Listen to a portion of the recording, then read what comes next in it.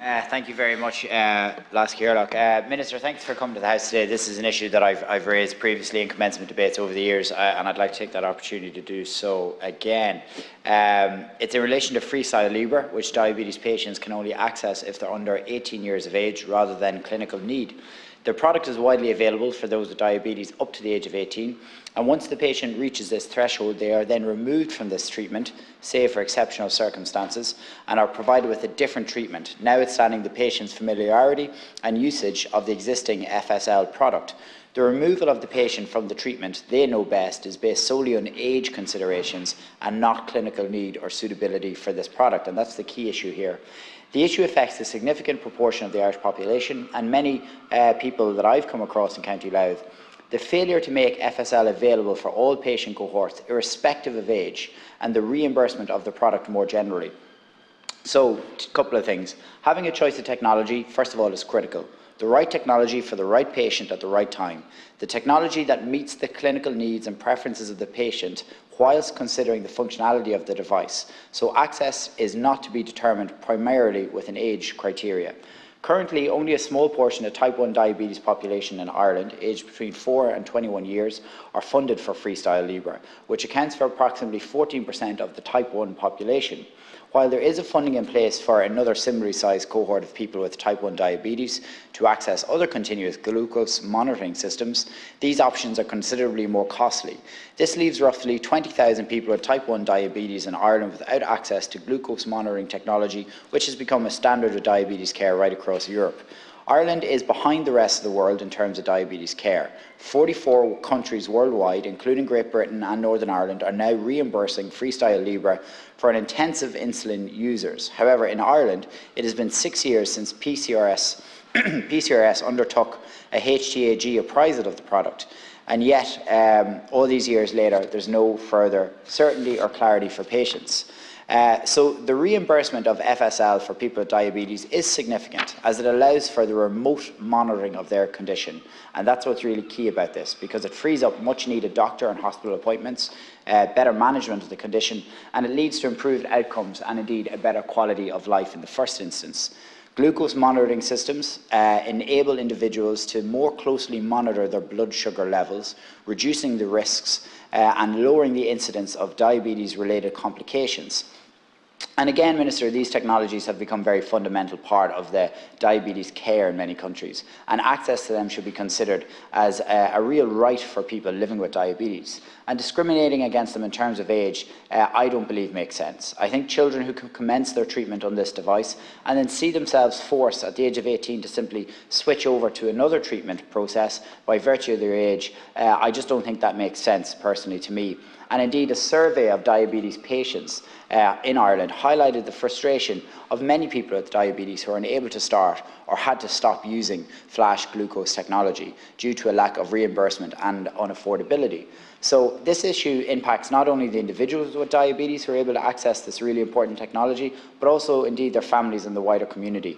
And as policymakers, I think it's our responsibility to ensure that our healthcare system is providing very much a fair and adequate access to vital medical technologies in a timely manner. And with that in mind, I bring this to the Shannon today, and I hope that we can find a timely solution for all patients with diabetes in this country.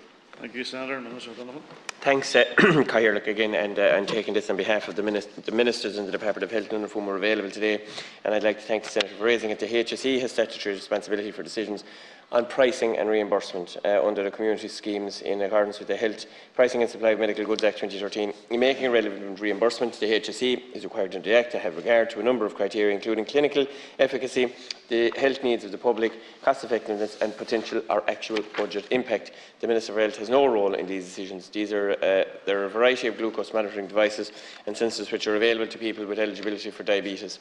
This is a national tender arrangement in place for aids and appliances under the community funded scheme and includes continuous glucose monitoring devices, and hospitals must apply for funding for those patients where such a device is warranted. Hence, applications for the reimbursement of such devices do not go through the HSE's PCRS. The sensors that are used with continuous glucose monitoring devices were approved are reimbursable under the community drugs scheme, such as the medical card GMS scheme, the long-term illness scheme and the drugs payment scheme. These are reimbursable via the PCRS.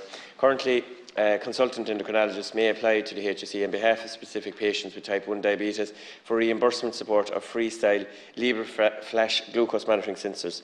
The application process is undertaken by means of a dedicated online portal which has been operational since 2018. In line with the recommendations of the Health Technology Assessment Group, access to the product was made available to children and young adults aged between 4 and 21. However, the online application process does cater for the consultant to make an application in very exceptional circumstances for a type 1 diabetic patient who is over 21 years of age, and the HSE has requested that the National Centre for Pharmacoeconomics carry out a full health technology assessment on Freestyle Libre.